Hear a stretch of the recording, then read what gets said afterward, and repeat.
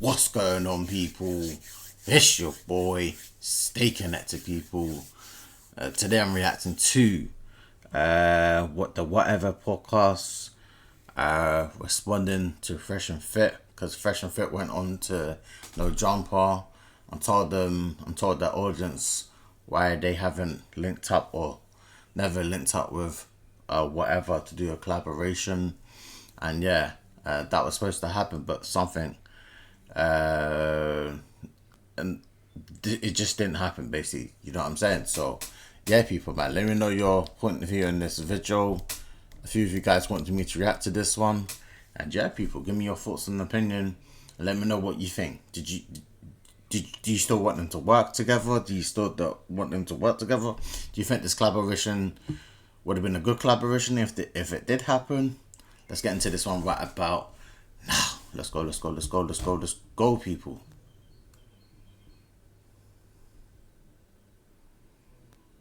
Let's go, man. Let's go. By FNF. Some valid criticisms there, even though slightly hypocritical. Maybe making an appearance on their show to clear your name. Also, hi, Mary. Sure. Hi.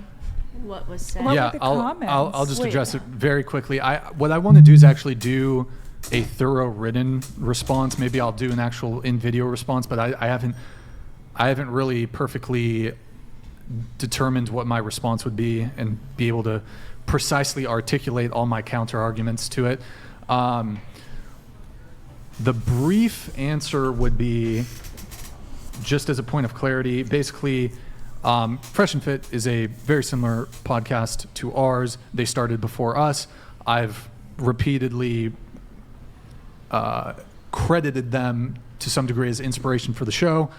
I've had nothing but positive things to say about them. I've said, I've shouted them out a whole bunch. I've reached out to both Myron and Fresh to attempt to arrange for a collaboration. We have some mutual connections that I've tried to get an intro that way.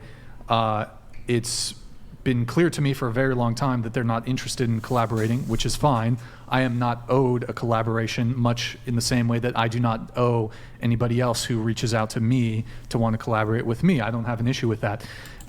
Which is, yeah, it's true, isn't it? No one owes each other a collaboration, not unless you guys feel like it is needed and you can kind of like gain something from each other's audience and stuff like that and stuff. Even if you have the same audience or not, each audience can be like, I like this person, I like that person, I really engage in that person, bring them back on when they're gonna come on again. Certain people will have that kind of effect on new crowds, and old crowds become new subscribers, new fans become that, you know what I mean? Some people switch over, start to like that podcast more than the podcast that they got with. It's just equal exchange, basically, innit? And values, and can you gain something from this podcast with the collaborations or not?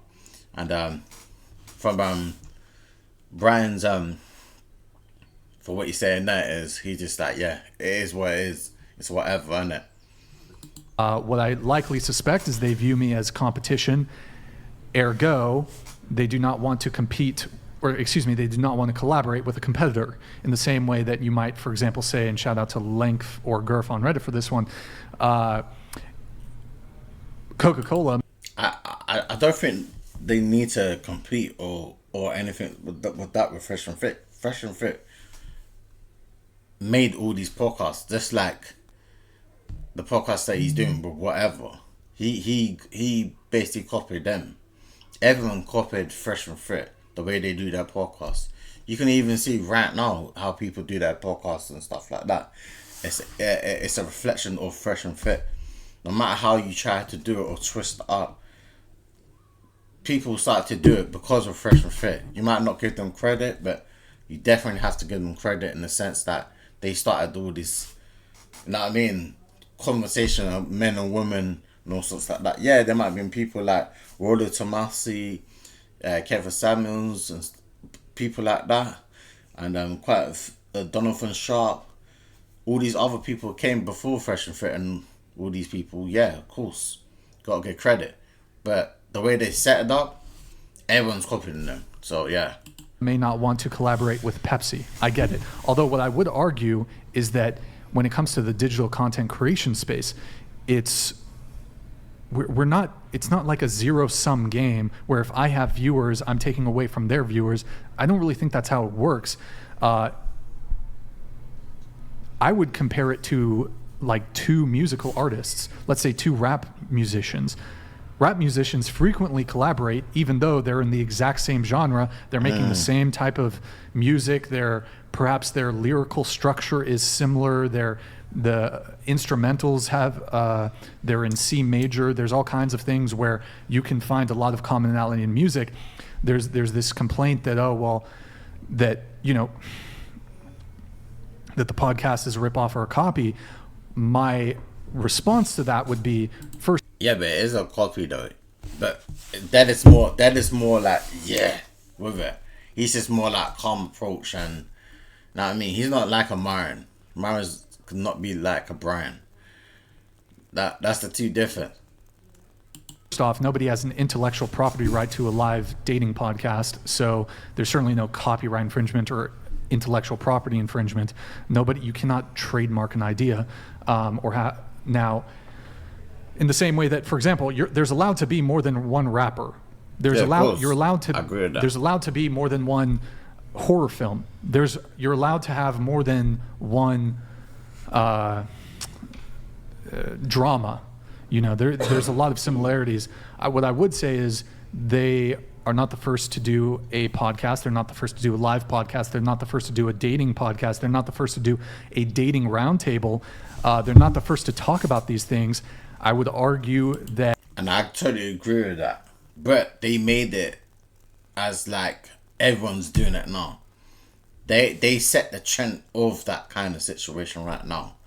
That I feel that the point is they made it for what it is right now. But I do agree with what he said about that part though, around having a podcast roundtable, talking points. No. Tim Likas, Patrice O'Neill, and a couple other people have been talking about this for a long time, dating all the way back to the 90s, early 2000s, Tom Likas. When it comes to dating shows, you have Loveline with Adam Carolla and Dr. Drew, dating all the way back to the 90s. You have... I've seen Oprah episodes where they assembled a panel of men and women and talked about dating. I've heard about who should pay on first dates. There's old retro video you can pull up of Oprah actually talking to Warren Farrell, who's a men's rights advocate, about who should pay for first dates. These conversations have been going on for a very long time before some of these people were even born. Who else? You had Patrice O'Neill, Tom Likas, Adam Carolla. I think I'm missing one. You have Kevin Samuels. You have a bunch of people. Howard Stern has been bringing on random women and talking about dating and relationships for a very long time. We've obviously gathered to some degree inspiration from their show.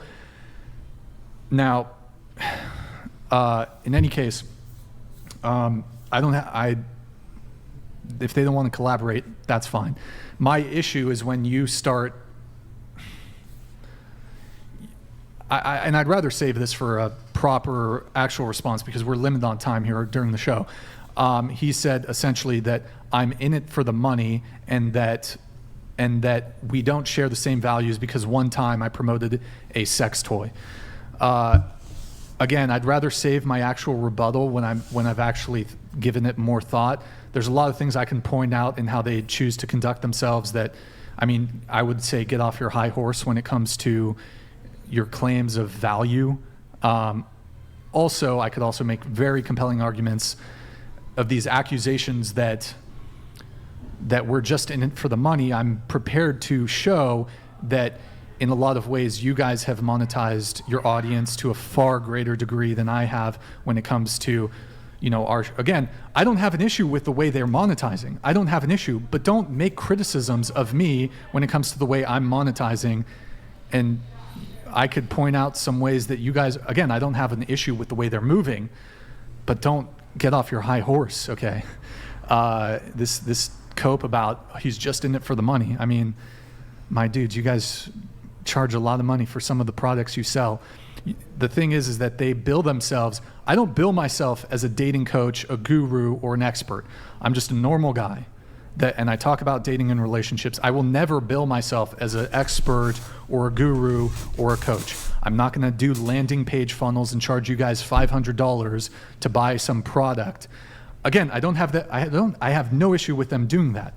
But if you're going to get on your podcast when I've had nothing but nice things to say about you and essentially attack me, the insinuation that you're making with Fresh shaking his head like, bro, this guy's in it for them. Actually, should we? I don't know how.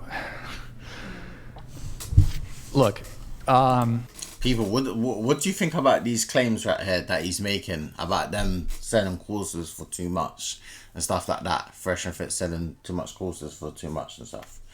I think, like, basically, if you want to, as a people, you're in control if you want to buy something in life, innit? If you end up buying that product and stuff from people or different consumers and stuff like that, that is up to you. I think that's a personal choice. If a person is wanting to invest in something, yes, there's risk and stuff like that. Things can go wrong and stuff like that. But it's a personal choice if you go in to buy someone's course and buys a product from someone. Do you know what I'm saying? That's your own choice. If you spend $1,000, 500, 200, 100, 300, I think that's a personal choice on that person itself. You know what I mean? That's me. I took the risk. If it works out, it works out. If it don't work out, it don't work out. You don't have to buy the course if you don't want to buy the course. I was telling you to buy the course. You end up buying the course because you thought, let me go and buy the course. So you don't really need to do the course. There's risk in everything you do. But you end up personally paying for a course because you want to pay for the course. It's just like, that's a personal choice. You cannot sit there and say I'm in it for the money when you guys are charging people thousands of dollars to go to your subscriber milestone parties. You're selling a $500 course on how to DM girls on Instagram. You're selling a $700 course on how to be a high value male. You are doing live events where you're selling VIP tickets. We do super chats. We do donations. There are different triggers for that for us. We have memberships. We have, let's see. Bro, they're all selling something. Everyone's selling something, people. You know what I mean? Everyone's selling something. So that point is really invalid. I think that these people are all selling something. You never know. Like, if I get big on YouTube, I might be selling the course. We're all going to be selling something, but it's up to the person who wants to pay for it. That's the individual choice. We got merch. We have, what's the other? Oh, merch. Exactly. We're all selling memberships, something. Super chats, donations. I'm trying to think if there's another one that I'm blanking on here. What's that? Oh, no, that's not.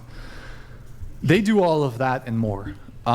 So, I mean, it is what it is. We're not going to collaborate. I've reached out to them. And also there's this thing like, I've reached out to them to extend an olive branch. I say, and hey, let's work together. They either just don't respond, or it is what it is. There's a lot of backstory. I'm not going to get into all of it, but it's kind of silly because I don't think it's a zero-sum game. I think actually it'd be a very mutually beneficial collaboration, but they don't view it in that way. Look, I'm not entitled to a collab.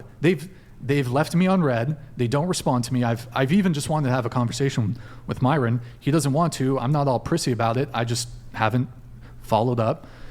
I don't have an issue with them not wanting to collaborate, but when you go on your show, just say you don't want to collaborate because I'm a competitor. I get it. But don't get off your fucking high horse about, oh, don't share values, bro. I'm not going to get into it. I don't feel the need to like engage in some beef. And there's a lot of things I could say about your guys' values because you're criticizing mine, and you're basically accusing me of grifting. I mean, again, there's a lot of things I could say. What I would point out is, again, actually, fuck it. Pull up Walter Weeks' Instagram. I think there might be a tab for it. I'm in it for the money. Pull it up. I'd like to remind you, actually go back really quick. So I still drive a car I bought 10 years ago, a $20,000 Toyota. I don't have any bling. I wear $20 flannels. I wear $5 black t-shirts. I wear sweatpants from Costco. Pull up Walter Weeks.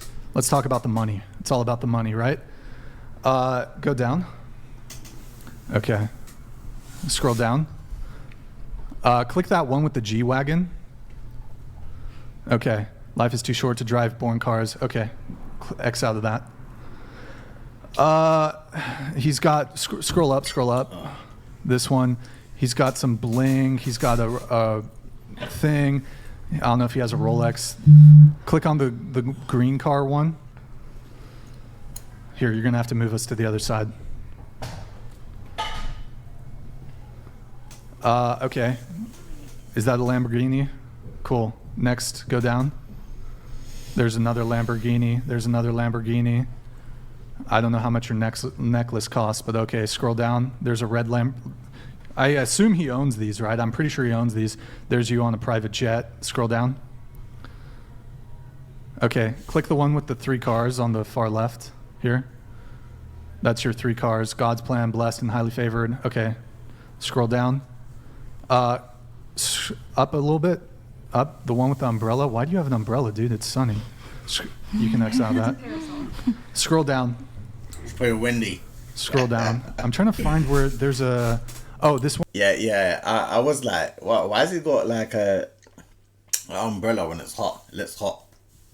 One of him getting off the private jet. Let's click on that. No. The private jet. Scroll down. Yeah. My life is a movie. It should be on film. Flexing with 100K. That shit sounds silly. 2 Lambos at the same time. That shit sound litty. Now, bear in mind, when Myron was saying that I'm in it for the money, Fresh was shaking his head, like in disapproval that I'm just in it for the money. I don't know, your lifestyle is rather superficial, but pull it back up. The Instagram. Oh, okay. Grid One Motorsports donated $100. One ST Violet, get out of CA and go find a tall, cool Texan to marry you. Second, Brian, I have some issues with the financial side of the Red Pill space, specifically Burr, etc., and some of the relationship advice they give. You show is cool, so here is few bucks. Yo, Grid One, I appreciate the support, man. Thank you. Go ahead. Click on the next one, the Lambo. Yeah. Money can't buy you happiness, but it can buy you Lamborghini. I think that's the extent of what I need to show. These accusations that I'm in it for the money, meanwhile, you are sitting across from someone who, at least to me, appears to very much be in it for the money, given the lifestyle that he is trying to sell. He has multiple exotic cars, bling, jewelry, etc. So I think you ought to look, Myron, you ought to look internally at the people that you have around you before criticizing me for allegedly being in it just for the money. That's all I'll have to say about that. I'll be true. Everyone's making money. Whether you got it or not got it, or if you want it or haven't got it. We're all trying to make ourselves look very the part, you know what I mean? So I think it would be hypocritical of me to say one day I might not do the things that Fresh is doing and then try to inspire other people to be doing what I'm doing if I get to that point in my career. Do you know what I'm saying? So I think that's like a give and a take. So, moving on. I think we're all trying to sell everything to everyone. Let's see. And look, I don't have anything against any of the, like, bro, whatever. So, look, I don't have anything against them monetizing, but don't sit there and say, like, it's ridiculous, bro. Okay. Do you feel better now? It's not whether I feel better or not. I'm just addressing. No, yeah, like letting it out. What I don't know what you're trying to get at. It felt like a vent session. Yeah. No, I really appreciated it. Okay, I appreciate your guys' patronizing tone with your questioning, but look, I've said nothing but positive things about these guys. They don't want to collaborate. That's fine, but it is what it is. So whatever. I'll just say, like, you guys monetize your audience in a lot of ways. I don't have an issue with it, but get off your fucking high horse talking about I'm just in it for the money, bro. You guys do your 1 million sub party, $550 general admission, $1,550 for meet and greets. This is what you're charging your viewers, by the way. $2,000. I don't have an issue with it, but don't say I'm just in it for the money when you guys are fleecing doing this to your audience. $2,000 meet and greet, $4,000 for a VIP experience, $5,500 take a scene in the studio to experience a live show. Look, I don't have an issue with any of that, but like if you're gonna criticize me, I'm gonna defend myself. So whatever. Like, it is what it is. You guys have promoted gambling. You guys promote penis pills. You guys promote. I don't have an issue with it. I did I did 1 or 2 Blue Chew promotions too. I don't have an issue with it. But like, you guys promote gambling. You guys promote penis pills. You guys have done like promotions where girls were naked on your show. You have a stripper pole in your show. You have girls twerking on you. Like, fuck, like this shit about values. It's fucking bogus. Fresh charges $1,000 for a 20-minute phone consultation. That's $3,000 for a 1-hour phone consultation. It's just like, whatever, man. It is what it is. Okay, so there's probably other shit. Whatever. Would you ever do call-ins on this show? Whatever. Maybe. I don't know. I think that would be cool, because then they could like make it out to someone, and then Yeah, that definitely. someone That's could a good answer. idea. And then when you hang up, you all talk about it. Yeah. That's a good idea. You should do blind dates too, like set people up. That would I be think that would be fun. I think people would be scared. Let's brainstorm your show right now. What's that? I'd be We have down. ideas. Yeah, I'd be down for a blind date. Yeah. Also, like, this is your job, right? This is what you do Yeah. for money. Why would you feel bad about that? No, I mean, the reality is anybody who's in the content creation space and says they do it out of the goodness of their heart, obviously, like, if I can advocate for men, like these guys say I'm not true red. Actually, can you pull up, there's a photo. It's like a SpongeBob photo. This is kind of, could you make it smaller, the video? You're not really red pill, Brian. You're here just for the money. Men, yeah. Like, this was from Lang for Gurf on Reddit. Like, this is what it is. Like, anybody who does content creation, like, they want, again, get off your fucking high horse. Like, honestly, I actually come at this more from a men's rights perspective than a red pill perspective. That's a whole nother fucking conversation. Shout out Lang or Gur for that one. But anybody who is a content creator who says they're not doing it for the money, it's like, come on, bruv. Go check out all his exotic cars. Check out his G-Wagon. Like, there you go, people. There you go, people, man. What do you think about what he was saying, Brown was saying, from whatever? Let me know, people, in the comment section.